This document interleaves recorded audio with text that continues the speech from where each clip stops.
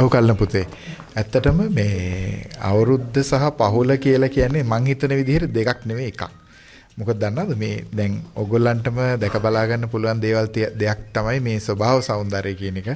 අලුත් අවුරුද්දක් අපිට ලබද්දී මේ මුළු පරිසරයම වෙනස් වෙනවා නේ.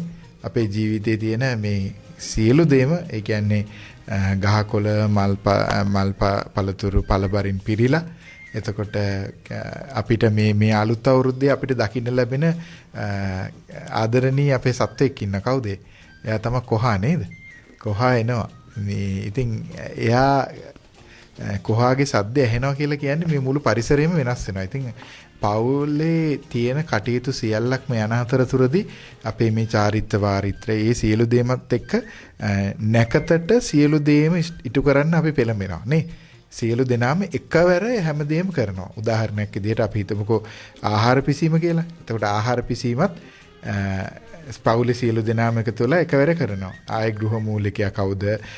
ගෙදර පොඩි කෙනා කවුද? ලොකු කෙනා කවුද? එහෙම වෙනසක් නැහැ. සියලු දෙනාම එකතු වෙලා ඒ චාරිත්‍ර කරනවා. එතකොට ආහාර අනුභවය අපේ මට මතකයි ආහාර අනුභවය කරන කාලේ තමයි ඉතින් අපි ඉස්සර බොහොම ආසම කාලේ. මොකද මේ අපේ සීයායි ආච්චියම්මයි අත්තම්මයි ඇත්තටම මේ අපි බොහොම අපේ සීයා බොහොම රසවත් කිරිබතක් හදනවා.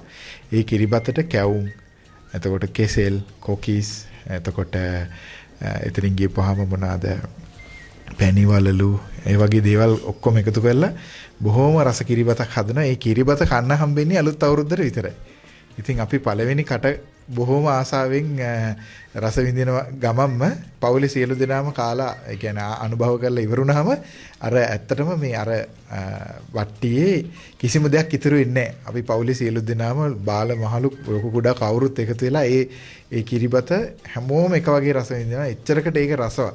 එතකොට ඉතින් ඒ කිරිබතේ රස අපේ ජීවිතවලට දැනෙනවා හා සමාන මම හිතන දෙයක් තමයි පවුල අතර තියෙන සම්බන්ධතාවයත් ඒ විදිහටම වැඩි වෙනවා. ඉතින් දැන් මේ අපේ රිදී ටීවී කියන්නේ ආදරණීය පවුලක්. ඉතින් මේ ආදරණීය පවුලේ අපිත් එක්ක එකතු වෙලා අද එකතු වෙන්න බැරි වෙච්ච එතකොට විදේශගත වෙලා ඉන්න අපේ ආදරණීය චන්ද්‍රානි අක්කා.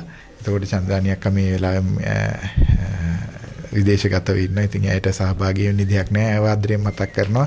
අකිල ඒ වගේම මෙතනින් ගියපුවම අපේ නවක සමාජිකාවක් ඊට හිටපු ඒ හංසිකා දුවත් ඉතින් එයාත් ආදරයෙන් මතක් කරනවා. ඒ පවුලත් අලුත් අවුරුද්දේදී අලුත් විදියකට අපි එකතු වෙලා මේ ගමන යමු කියලා මගේ මේ කෙටි කතාව ඉවර කරනවා.